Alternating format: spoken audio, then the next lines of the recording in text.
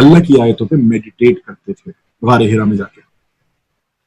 اب جیسے جیسے ان کا اسپرچل اسٹیشن بڑھ رہا تھا کہ ان کے ساتھ ایک واقعہ یہ ہونے لگا. جب وہ جو ہے پہاڑ پہ چڑھ رہے ہوتے ہیں تو ان کو جو ہے ایک سلام کی بات آ جائے گی کہ السلام علیکم یا رسول اللہ. تو وہ مڑ کے دیکھیں گے تو ان کو کوئی بھی نظر نہیں آتا کہ کون بول کے گیا بھائی, ان کو کوئی نظر نہیں آتا تھا.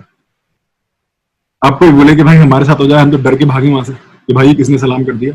پر دیکھیے سکون جو ہے نا اللہ کی یاد میں ہوتا ہے, اللہ کی یاد میں ہوتا ہے. کئی لوگ جیسے کہتے ہیں جن سے ڈرتے ہیں یا بھوتوں سے ڈرتے ہیں, پر واقعی میں جو اللہ کی یاد میں ہوتا ہے نا, جس کو الرحمن الرحیم کی یاد میں, اس کے دل میں ڈر نہیں ہوتا ان چیزوں کا, کہ بھلے تھوڑا بہت اسے ویئرڈ بھی لگے تو اس کو دل میں پھر ڈر نکل جاتا ہے اس کا, بھلے بچپن میں اسے لگتا ہو, پر ایک بار اللہ کی یاد جب دل میں بس جاتی ہے یا الائیو ہوتی ہے تو پھر ان چیزوں سے نا ڈر نہیں لگتا.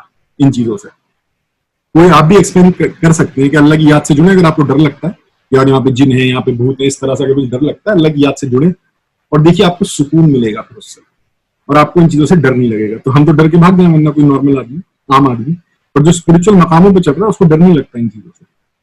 تو مڑ کے دیکھتے تھے کوئی بھی نہیں ہوتا تھا. تو جو ہے میرے خیال سے ہم نہیں پہنچ پائے ہیں.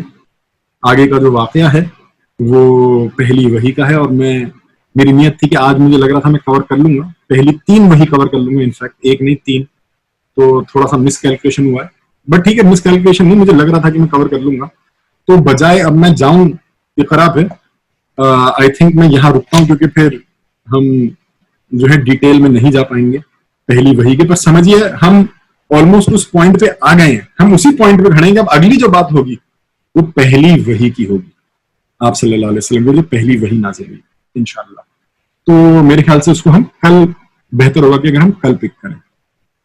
تو آج جو ہم نے باتیں دیکھی امپورٹنٹ, ہم نے سب سے پہلے دیکھا کہ آپ صلی اللہ علیہ وسلم کی فیملی, کلوز فیملی میں کون کون لوگ تھے, ان کی اولادیں کون کون تھیں, حضرت علی ان کے گھر میں کیسے آئے آپ صلی اللہ علیہ وسلم کے گھر میں, ان کے جو سرونٹ تھی ان کو فری کرا, وہ یثرب گئی, تو یثرب سے بھی کنیکشن آپ صلی اللہ علیہ وسلم کے رہے ہیں, کیونکہ ام الایمان, ایمان جو ہیں جن کو آپ صلی اللہ علیہ وسلم اپنی ماں کہتے ہیں, ام الایمان کو, تو ایمان سمجھیے ایک طریقے سے not physical, not real brother ہوئے, بٹ اگر وہ برکہ کو ماں کہہ رہے ہیں اور برکہ ام الایمان ہے, تو اور وہ یثرب سے ان کا کنیکشن ہے, تو آپ صلی اللہ علیہ وسلم یثرب سے کنیکشن ایک اور ہمیں نظر آتا ہے. یہاں سے ہم پہلے بھی ایک اور دیکھ چکے ہیں کہ عبد المطلب جو تھے ان کے دادا, ان کا بھی یثرب سے کنیکشن تھا, اور حضرت آمنہ کے ساتھ وہ اپنے پر دادی کے گھر جا کے رکے بھی تھے آپ صلی اللہ علیہ وسلم.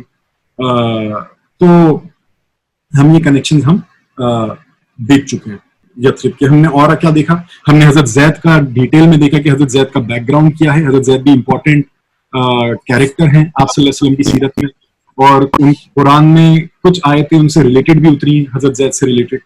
تو یہ ان کا بیک گراؤنڈ رہا ہے حضرت زید کا, اور یہ حاتم طائی والے قبیلے سے ریلیشن تھا ان کا حضرت زید کا, ماں کی طرف سے اپنی. ہم نے یہ بھی دیکھا کہ آپ صلی اللہ علیہ وسلم نے حضرت ابو طالب کی موسٹ ٹف ٹائم میں آ کے حضرت عباس کے ساتھ مل کے ہیلپ کری, اور یہی آپ صلی اللہ علیہ وسلم کا نیچر تھا. تبھی تو لوگوں نے عالمین کہنے لگے تھے ٹرسٹ وردی, کہ کوئی نہیں آئے گا اس پہ ٹرسٹ ہے, یہ آئے گا, کوئی نہیں آئے گا یہ ہمارے لیے سوچے گا, یہ ہمارا خیال کرے گا. تو یہی جو ہیں آپ صلی اللہ علیہ وسلم اسی طریقے سے اپنی عزت جیت رہے تھے. اپنے چاچاؤں واچاؤں کے ساتھ ہی ریلیشن نہیں تھا ان کا ایسا, وہ دوسروں کے ساتھ بھی ایسا کر رہے تھے, دوسرے قبیلے والوں کے ساتھ بھی آپ صلی اللہ علیہ وسلم کا ایسے ہی بہیویئر تھا. تو ہم نے دیکھا کہ آپ صلی اللہ علیہ وسلم موسٹ ٹف ٹائم میں آ کے حضرت ابو طالب کے لیے ذمہ داری اٹھائی, ان کے ساتھ آ کے کھڑے ہو گئے. تو حضرت ابو طالب کیسے جو ہیں آپ صلی اللہ علیہ وسلم نے ٹف ٹائم میں جب مکے والے آئے کہ ان کو چھوڑ دو, وہ کیسے چھوڑ دیتے. ہم نے یہ بھی دیکھا کہ ابو لہب نے اپنی بیٹیوں کو آفر کیا تھا, اب اپنے بیٹوں کو رشتہ بھیجا تھا آپ صلی اللہ علیہ وسلم کی 2 بیٹیوں کے ساتھ. اور ہم نے یہ دیکھا کہ حضرت زینب کا نکاح جو ہے حضرت خدیجہ کے بہن کے بیٹے کے ساتھ جو ہے ہوا, اور ان کا نکاح ہوا ابو العاص کے ساتھ. ان کا بھی واقعہ آگے آئے گا بدر کے بعد, جو ہے بہت ایموشنل واقعہ ہے ان کا بھی, حضرت زینب کا اور ان کا, کیونکہ بہت ایموشنلی مطلب ڈیپ لو میں تھے حضرت زینب اور یہ ابو العاص.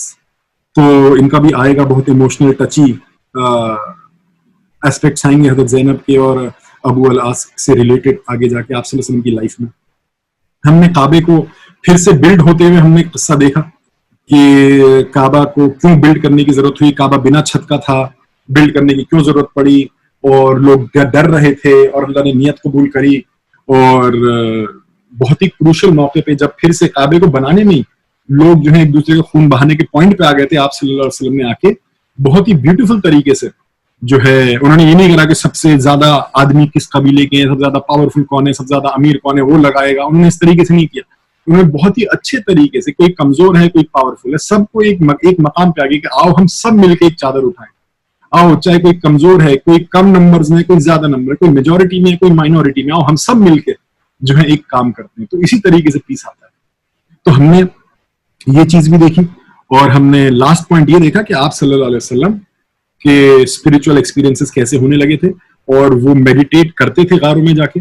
تو میڈیٹیشن ان کا most probably I am most certain کہ اسی اور اللہ کے اوپر ہی کرتے تھے وہ میڈیٹیٹ. تو اللہ کے اوپر کیا, آیتوں کے اوپر میڈیٹیٹ, اور اللہ کی آیتیں, سورج, چاند, اللہ کہتا ہے یہ سب میری آیتیں. تو ان پہ میڈیٹیٹ آپ صلی اللہ علیہ وسلم کرتے تھے. تو جیسے حضرت ابراہیم علیہ السلام نے میڈیٹیٹ کیا تھا انہوں نے غار میں کہ اللہ سورج میرا خدا, انہوں نے کہا نہیں, یہ میڈیٹیشن تھی ان کی کہ سورج میرا خدا نہیں ہے, چاند, یہ میڈیٹیشنز تھی. تو ان میں یہ خدا نہیں ہے, اور خدا نے ان میں لیسن کیا رکھا ہے. یہ میڈیٹیشن کے دو ایسپیکٹس ہوتے ہیں کہ سورج کریٹر نہیں ہے, سورج کریشن ہے, اور اس کریشن میں کچھ میسج ہے میرے لیے, کوئی لیسن ہے میرے لیے. یہی جو ہے سمجھے ایک میڈیٹیشن ہے ان نیچرل چیزوں کے اوپر, کہ لیسن کیا ہے. تو یہی اسی طریقے کی پریکٹس آپ صلی اللہ علیہ وسلم کر رہے تھے. اسلام سے ریلیٹڈ انٹرسٹنگ باتیں جاننے کے لیے دیکھتے رہیے ہمارے ویڈیوز.